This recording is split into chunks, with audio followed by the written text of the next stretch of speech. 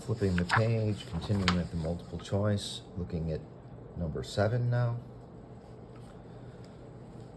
The stacks of boxes shown in the figure above are inside an elevator that's moving upwards. So my elevator is moving upwards. The masses of the boxes are given in terms of m of the lightest box. Assume the elevator has upward acceleration, so I've got a positive acceleration. And consider the stack that has the 4m box on the 2m box. So I'm looking at just this situation here.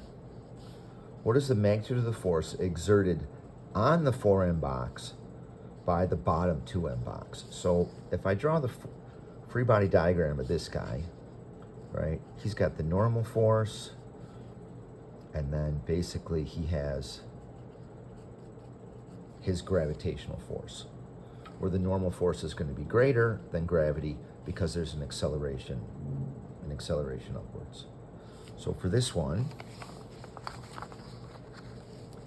you know, if we say sum of the forces in y equals ma, I have the positive normal force minus the force of gravity equals ma.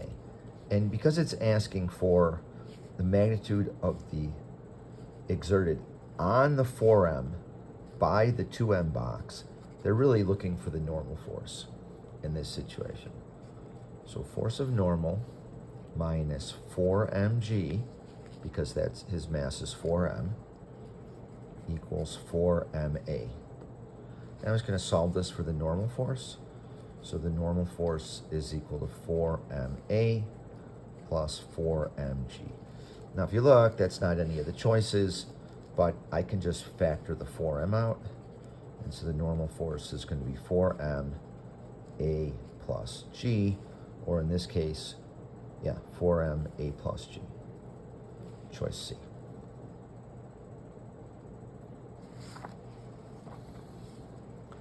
Looking at number 8, I thought this was a tricky one. I thought about not giving it, but again, I wanted the midterm to reflect, reflect the type of problems you might get from College Board on the actual AP. So I really didn't pull any out. So this one again is a toughie. I did spend a little bit of time talking about this, but we didn't have any homework or any assignments or anything that reviewed this concept. But it's talking about friction. A block slides to the right on a rough horizontal surface. The forces exerted on the block are shown above. Which of the following statements about the friction force exerted on the block is true? So I'm not really sure why they showed a free body diagram, but they're asking you what's true about the friction force. So it's the only force acting on the block that's caused by microscopic interactions. So you might look at this and go, oh, wait a minute, what the hell does that mean? Let's come back to that. B, it does not depend on the material.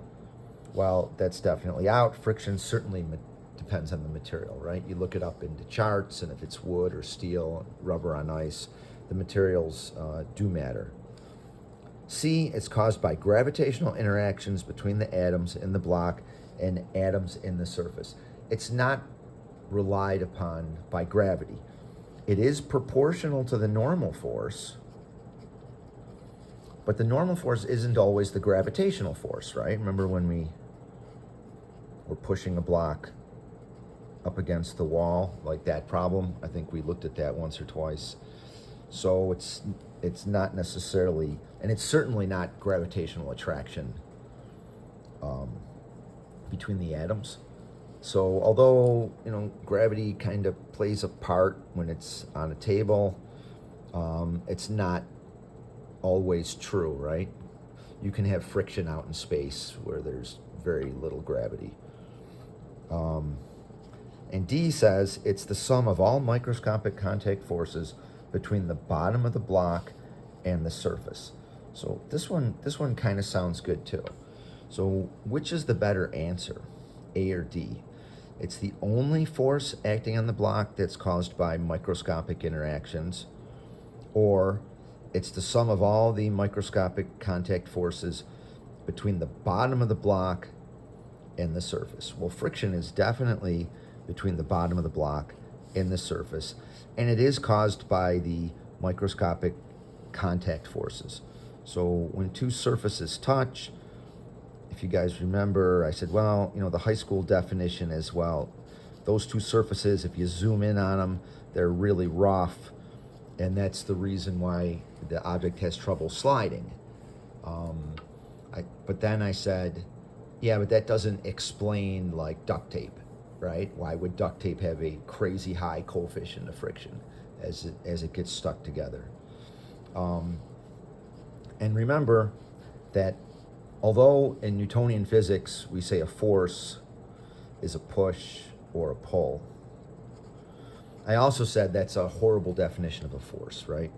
And we said really the only type of forces that exist in nature are gravity, electromagnetic,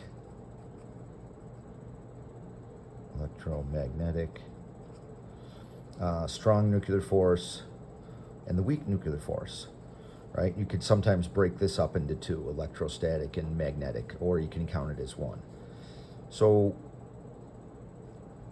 really, everything is these forces here. So when I pull on a rope, what is it? Well, it's electromagnetic force because it has to do with the interaction of the atoms in the rope. When you push on a table, well, that's the electromagnetic force. When you kick a soccer ball, right, it's the electrons in your foot and the electrons in the ball don't want to be in the same place at the same time.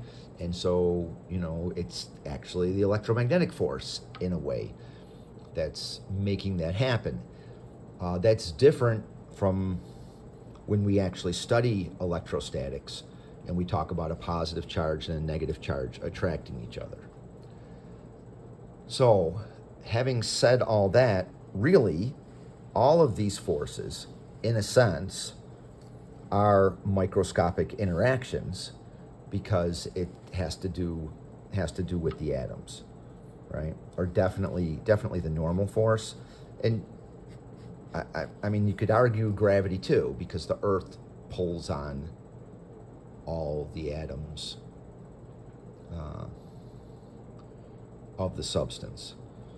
So the sum of all the microscopic contact forces between the bottom block and the surface. Having said that though,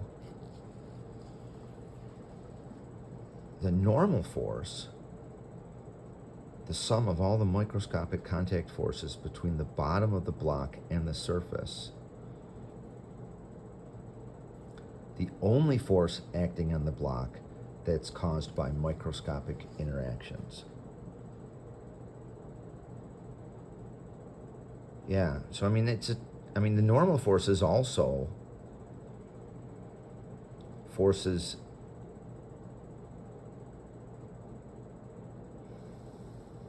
the sum of the microscopic contact forces between the bottom of the block and the surface. I mean, isn't that both the normal force and the friction force?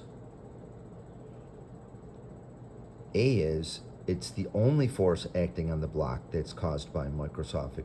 All right, so it can't be A because normal and friction could both be described as microscopic interactions. I mean, maybe gravity could be too. So, which of the following statements about the frictional force exerted on the block is true? The best answer is D. So yeah, it's kind of crazy because it's also would be true of the normal force. But so anytime objects are in contact with each other, I suppose, according to this question, at the very least, those are microscopic contact forces. So D is the best answer for this one. As you can see, not a great question. Thought about throwing it out, but we need to be able to wrestle through questions of this difficulty.